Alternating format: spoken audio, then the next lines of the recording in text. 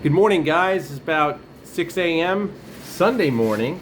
P7000 fired up once again, and we are knocking out another set of custom tags. And what's really interesting, and this happens quite a bit, you'll find this with a lot of your clients, if they don't take their measurements correctly and they purchase the wrong set, they'll come back and buy another set. Because once they get your products, they're going to see that the quality is on point, and then they just want to get the correct size. So sometimes mistakes don't have to be really a bad thing, I guess, in your case, because it just depends on who's ordering. But you can see we are knocking it out, just about ready to go to the gym. Health and wealth, real simple. And again, the HD metal, this is a small sheet. What is this, 15? 17. Oh, 17 by 15. So one set of graphics, very simple. Probably take us, like I said, whether it's one set, whether it's 3 sets, 4 sets. If it fits on the sheet, you're looking at the same labor. So whether I do one set at 20 minutes or 4 sets at 20 minutes, same thing. Difference is, of course, the more you print, in terms of how many sets you put on a sheet, the more money you make at once. But whether we get more orders now or later, if you can group the orders on the substrate that your clients are using, you're set. Some of our clients will want to go with the HD metal, and then other clients will want to go with either clear vinyl or glossy vinyl, perhaps matte vinyl. See, this is all set. So we're gonna hop in the car, hit the gym, let these dry, and we'll continue it when we come back. Okay guys, we've got the sheet out of the printer and of course, taped all 3 points. Now we're ready for lamination. Big thing once again, and I reiterate this in all my videos, is you can see the gap we've left on all 4 sides between the graphic. Again, we'll have roller contact somewhere over here. If we get any traction, it's not going to be centered around the graphic, therefore you never get blems. If you cut real tight, we have some clients do that and get away with it occasionally, you're good. If you cut real tight and don't, then you got to reprint the whole thing. To me, it doesn't make sense for a couple extra inches, and just factor it into your price and you go with it. We're going to do lamination now. We'll show you getting cut. Okay guys, we are done laminating, and what I love is every now and then we do get some issues with bubbles. Once again, traction on the outside of our graphics. And the beauty of this is we just come in, we're going to be outside of where our graphic cut lines are. This is fine. You know, if you get outside traction marks and stuff, that's totally acceptable as long as your graphics are fine. The other thing we built in is a safeguard. If your graphics, if you're cutting an order of 10, let's say, in order to fulfill for a client, you want to at least make 2 to 3 extras just in case one of those 10 don't come out perfect. You always got extra. If you have the extras, you always give them to your client and they love you even more.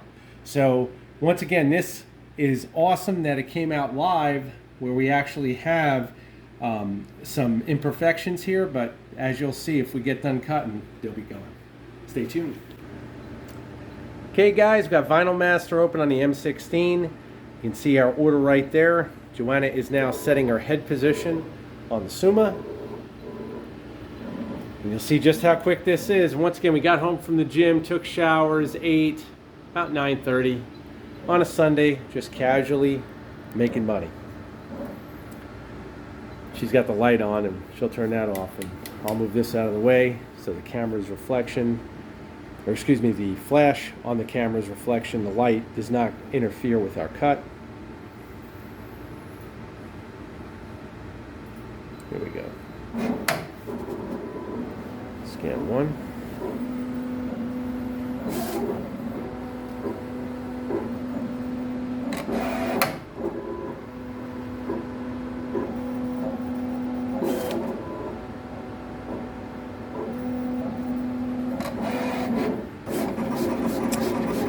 Once again, doing 2 passes.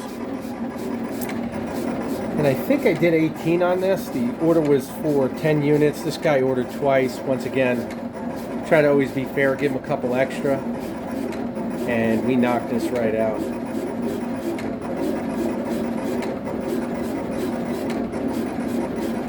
Beautiful. And done. Okay, she's going to do a quick trim and we'll show you the finished product. Okay guys, she trimmed it up nice and she is now going to weed this set. Without a doubt, these are probably the simplest graphic you could possibly do as far as doing tags. And there you go. Knocked out, another set, perfect. Once they're weeded, they look fantastic.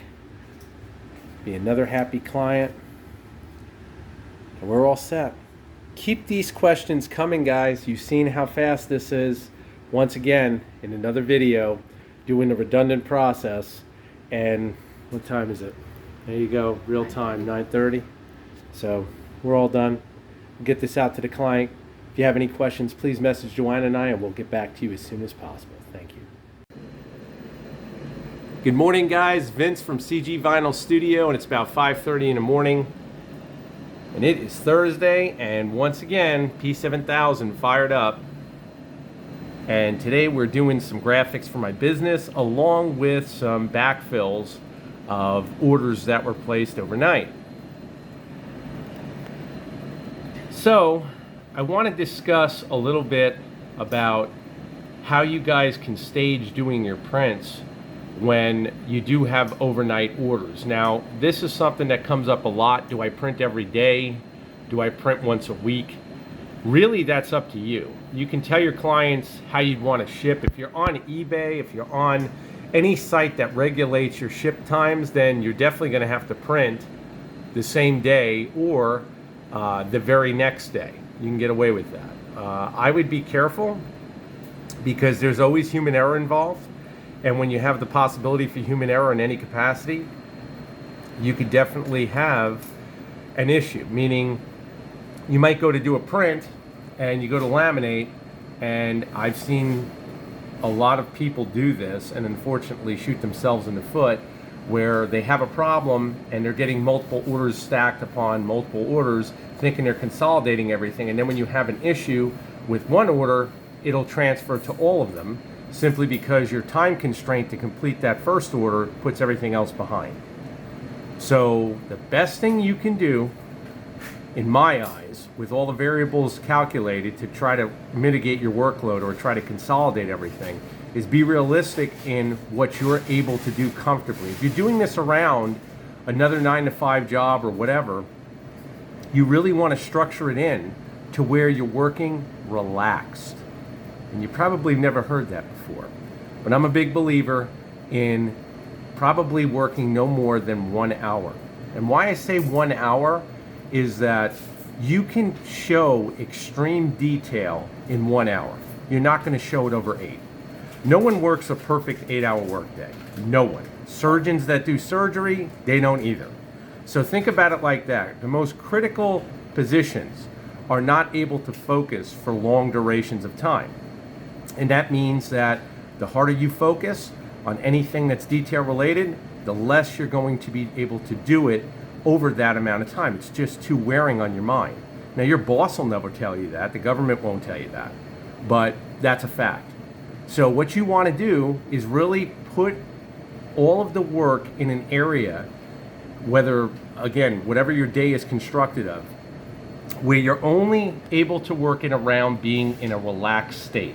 That will give you the best overall choice or the best overall option to complete it without actually going to have any possibility for error, or mitigating the error as much as possible. And this is something I've learned over the years. When I'm working my other business, I tell all my guys the same thing. Many of them don't listen. I'm being truthful. Most people think that coming home from work after 12 hours, it makes sense to start a new project. It doesn't. That's foolish behavior, and all you're doing is usually shooting yourself in the foot because your attention to detail personally sucks. And that's really what it is. So if you're a very detail-oriented person, and I'm going to be honest, it's not very common, then you'll usually be okay. But ask yourself that. How many people are that detail-oriented? I mean, really think about what I'm asking you. That's the thing you're dealing with when you're working with graphic production, because once again, you're trying to produce something that looks professional and it's purely cosmetic based. So it's going to be judged on that. So you really want to take your time. You really want to make sure that you're able to focus and you're able to really generate that level of detail you're looking for, so you always get consistent results. Because that is the truest form of being a professional, is consistent results. Novices do not get typical consistent results. They claim to be a hobbyist. We see that word thrown around a lot. And the truth of the matter is, at least in my eyes, anything that doesn't produce money is a hobby. When you start producing money, the only difference is how much money are you producing. If you generate success by producing money on what you've printed, then you know that success is there. The difference is how far will you take that success. That's something that, again, you never hear discussed, but businesses all start the same way. It starts with that first sale. And at that time that you have that first sale, you're no longer a hobbyist if you pursue it with perseverance that turns you into professional by just staying with that level of consistency. These are things to keep in mind, okay? Once you get to that level where you're producing more stuff like this, and we can hold this, meaning what comes out of the printer is what's presented to the client, you're in. And really the only variable is the manual portion of the process. If you're doing manual lamination, which I've discussed before, that is the key. You have to manually do that process, and with anything manual comes the possibility and variable of human error. So keep that in mind. Think about what I'm telling you about trying to work 1 hour focused. Think about how hard that is if you have kids, or if you're at home, or whatever it may be. In the gym, when we go to the gym, I see very few people working out with the focus that really they should have when they're working out. Think about what I'm telling you. I mean, it's very hard to do. It's something that takes time to learn. And once you get to that level, when you're in that quiet place and you can really focus, it changes everything. Everything. You become so much more productive, and mistakes that you make dissolve. Simply because your mind is where it should be, and your attention is where it should be, and you produce what you have to. So stay tuned, guys. When this is done, we'll unload it. We'll show you the process as usual. Okay, guys, you can see we've got the print all set up, 3-point tape, and of course we are now going to cut these logos, and they are printed in black. Now, the unique thing about the P7000, it has light black and basically like a photo black. It'll use either one to give you the best features as far as the color spectrum you're looking for. Again, this is more like a matte finish. You can see that here, even though we're using our glossy vinyl. And then, of course, I do have my functional graphics for the motors I sell for my CNC systems. And you can see here that they are allocated once with all the different colors for representing each wire of the motor. Makes it real easy for my guys to hook them up. Like I said, never underestimate functional graphics. They are super useful. So we're going to get this sheet laminated. We'll show you the end result. Okay, guys, just getting it all wiped off, and you can see there's our results. These came out awesome. Just a little bit of practice. You can see our water line here, just wiping it. Got about 1/4 inch, 1/2 inch right there. And these are ready to go smooth as glass. So once again, take your time, keep practicing the lamination. That is the key. The more you practice your lamination, and you can actually get it, once again, we even retensioned our roller, and you can see we don't even have traction marks. This is flawless. Perfect sheet. So we're ready to go now right over to the Summa. We won't waste any time. We'll get over there and knock them out. Okay, guys, you can see Joanna is loading the material in the Summa. We've had a couple clients ask us about that. How does this process go?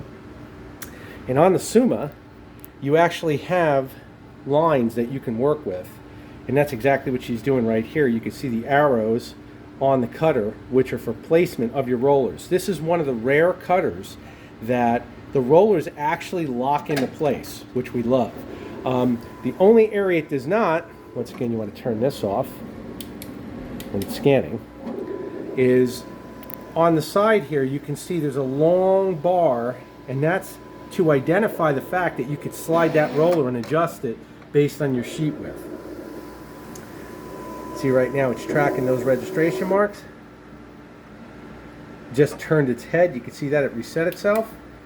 She turned the light on. Best practice, once again, is to always turn any kind of overhead lighting off when the registration marks are being sensed, just to make sure you don't have any problems. You can see she's setting up the touchscreen right now. Just positioning her head, and we are all set.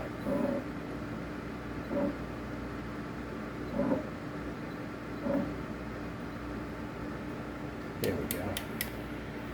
And we're going to go over to Final Master, working with the Alienware. Give you an idea of our time, pretty much right on schedule, 8:30 a.m. Light day at the gym. Hit them reg marks.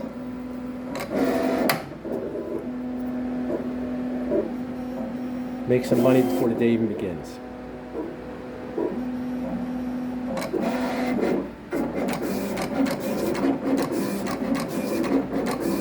Big graphics, this machine will go through very, very quickly, as you see here. Just flying through, because we're only doing one pass on these.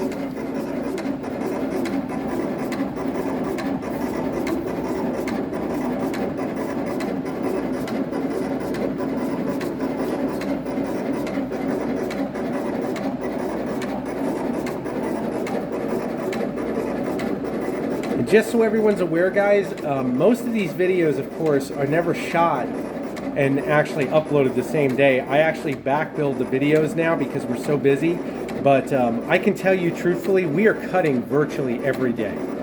And when you think about that, every time you see these machines working, you're making, in our case, we're making money. So in your case, it's the same. Every time they're turned on, you're making money, and that's the beauty of this. Once again, she can go over there, log into work, come over here, and unload this whenever she chooses. In this case, she'll do it now. She'll do a quick trim, and we'll show you the finished product, and then she can get working on the other job.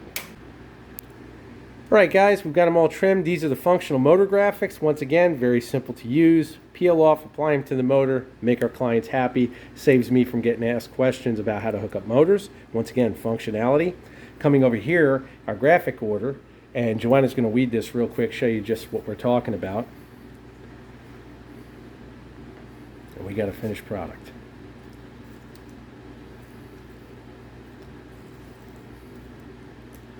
Once again, just take your time. And you'll find that different shapes will weed easier than other shapes, especially shapes that have sharp edges. Joanna's shaking her head yes right now. She knows. She's a master at this. And again, it's just taking your time, you know, going through, learning what process works, kind of developing your own flow, so to speak.